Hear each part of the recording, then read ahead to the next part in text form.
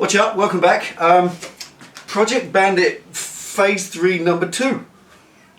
Suggestions for a better title, please. It's just rubbish that, isn't it? Right, now this is the project to shorten the back end and make this into a little bit something more interesting. Project Bandit Phase 3, it's like I showed you in the last video, I've had this thing for 4 years and I just wanted to do something a little bit different with it for the third incarnation, if you like.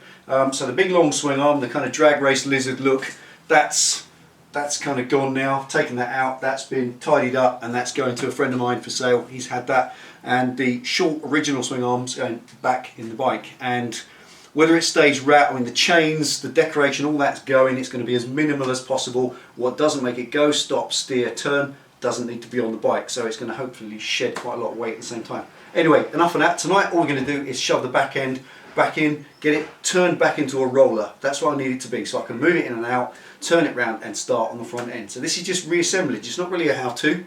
It's not going to be, you don't need to know how to do it. It's not a teaching tutorial video. It's just, this is what the stage of the project is. Phase 2 is whacking, or video 2 is whacking that swing arm back in, getting it reassembled so I can move it around. Right, stick around, stay tuned, and let's see what happens.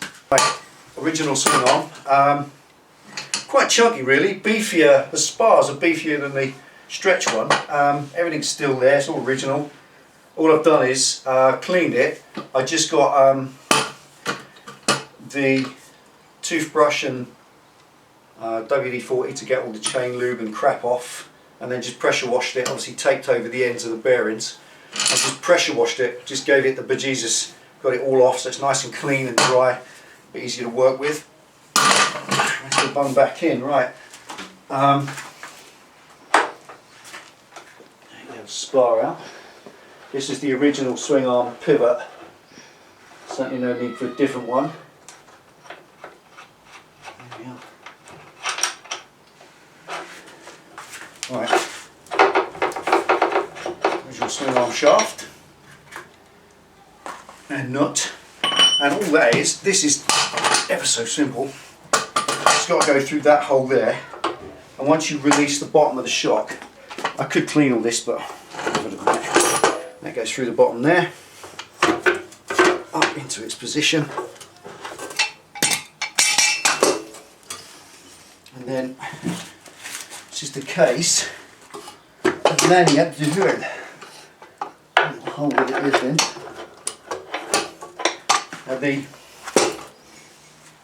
the kind of the gap in the frame that this fits into, it is absolutely accurate, perfect. It mustn't be any play there, otherwise your swing arm doesn't sit level.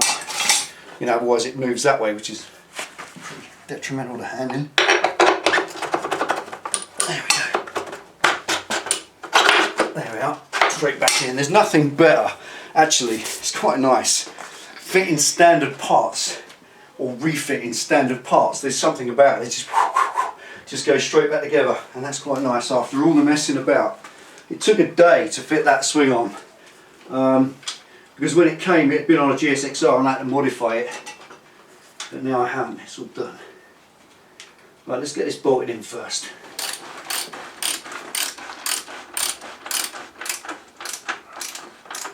Right.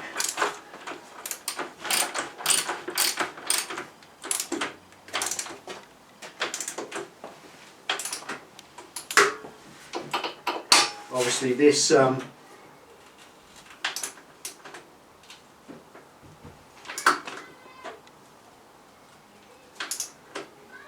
we are.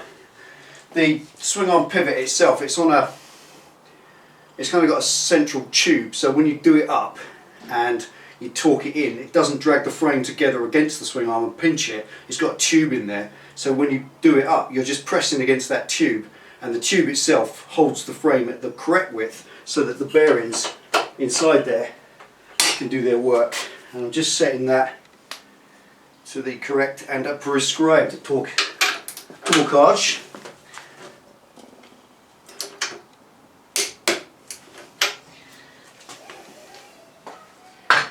There's no point, this is not a how-to, I'm not bothering. There we are, that'll do. What I'll do with it, with anything, when I put the old one in, just marker paint on everything like that, and for the first few days you ride it, just check it.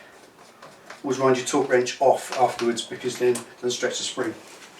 Okay, while this is out, you've got a little opportunity, because it's free of any other encumberment whatsoever. It's free of the suspension and everything.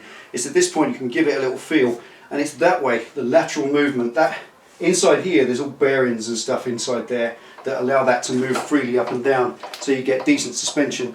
But obviously, if there's any movement that way, then the bike's going to pivot in the centre, and that's all bad. That's all bad. That really does need new bearings and all sorts. And this is absolutely nothing. Not even a breath of movement. That's perfect. You've got to love Bandits. They really are as robust as your mama. They really are.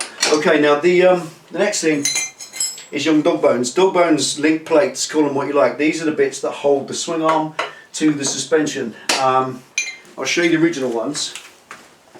I started off with this jacked up, ridiculous height. It wasn't rideable. That's the standard ones from the factory, and they're longer. That's the modified aftermarket ones, and as you can see, they're shorter. And shorter dog bones or shorter link plates jacks the back up. So we're going to go with it slightly jacked up rather than standard height, because the whole thing is going to take on a kind of track bike feel. So we're going to stick with the jacked up ones just for now, and bolt the rear linkage to its short link, and then those in place. Right, first things,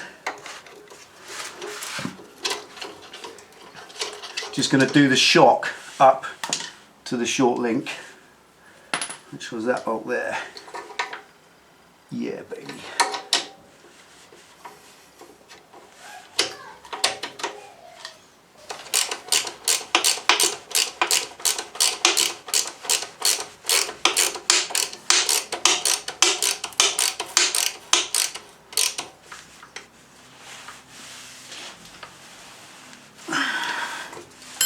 That's it. Now the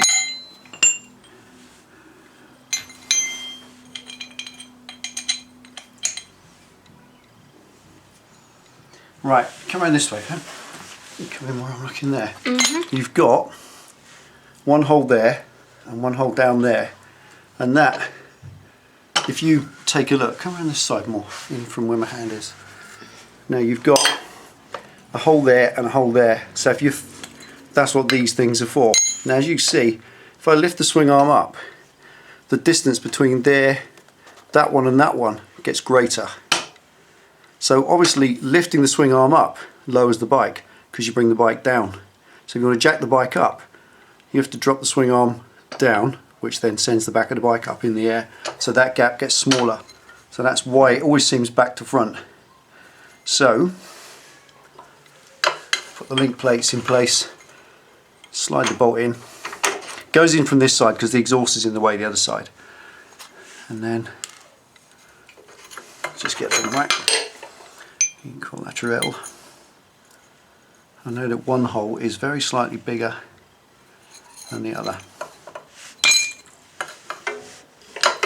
Here we go.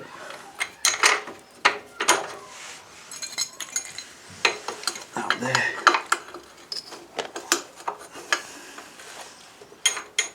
There we are. And nut on the end. Again, these are the sort of things, you just put some marker paint on them when you're done, so you know where they are. Right.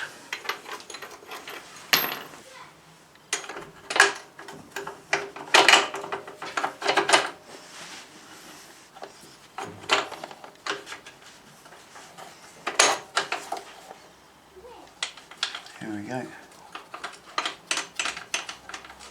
Might even bug a washer on that, was right?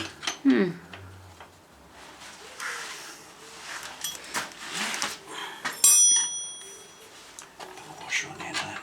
It's better.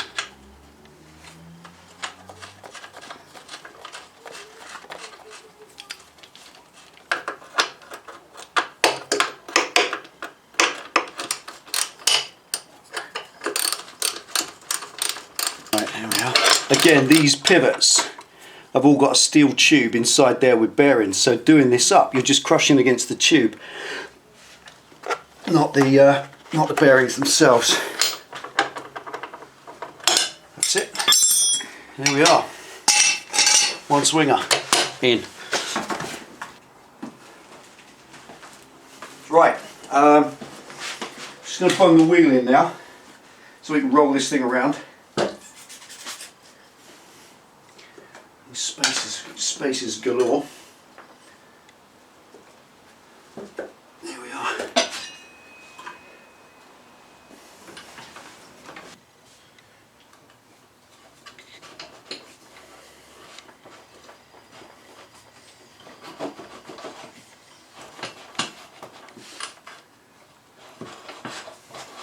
There we go, returned to its original home after about 2.5, 3 years away.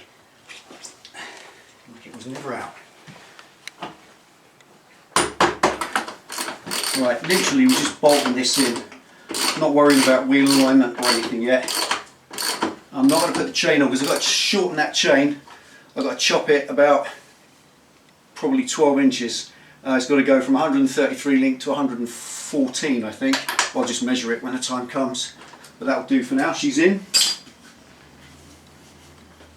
Now it's going to get it, get that put back on. I asked you what was next.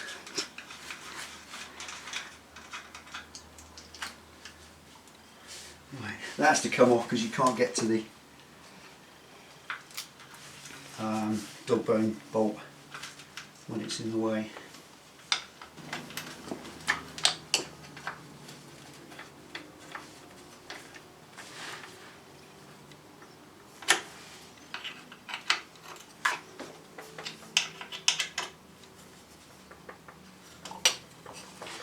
There we go, getting there slowly. There she is in. Okay, going to bang it off the stand.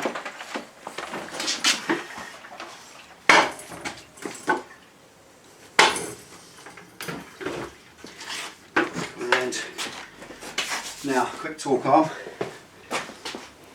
Pop torque arm on. Okay, torque arms. We have to stop saying I need a torque arm because, or I need anything, because it seems you guys just step up. I was amazed. 2 people, and you know who you are, very, very kindly sent us a torque arm apiece. Now what we're going to do with it is, that's the torque arm. It's like a link arm between the caliper there and the swing arm itself. I just mislaid it somewhere. So there's 2, I've got 2 to play with, which is fantastic. Thanks guys, you are both absolute legends. I really appreciate that. That one's going to go on. I've tidied that up and given it a coat of paint. That's going to go on for now. Just for now, so I can get things basically done, because there will be times once the structural stuff's done, I want to start dealing with the details, and this is one of them. What I want to do with this is cut the ends off and make a chain. I'm sure you've seen the 1970s custom trick of making steering wheels out of chain, making gear sticks out of chain, just welding the links so they're in a rod. I'll have a go at that later, but for now I just need to get the back end bolted in. So this is yon torque arm. Goes through there.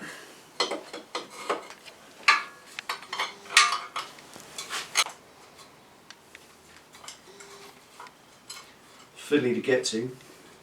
Got a cunning plan with the exhaust on this one.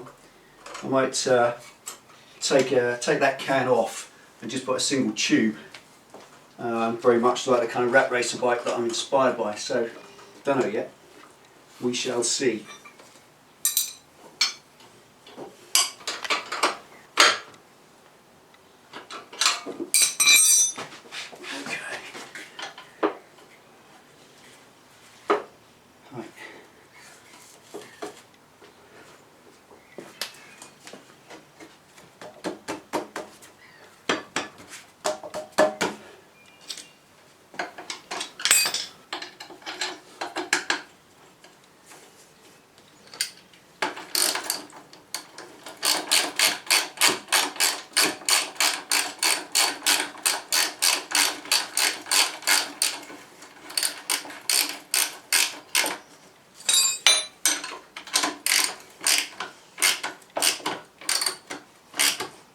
Using a steel lock nut on this, not a nylock nut, because obviously it gets hot to a degree. I want a good solid fix. There's nothing worse than your torque arm coming loose, because the caliper wraps itself around the wheel, locks the back wheel up, which can spoil your whole morning.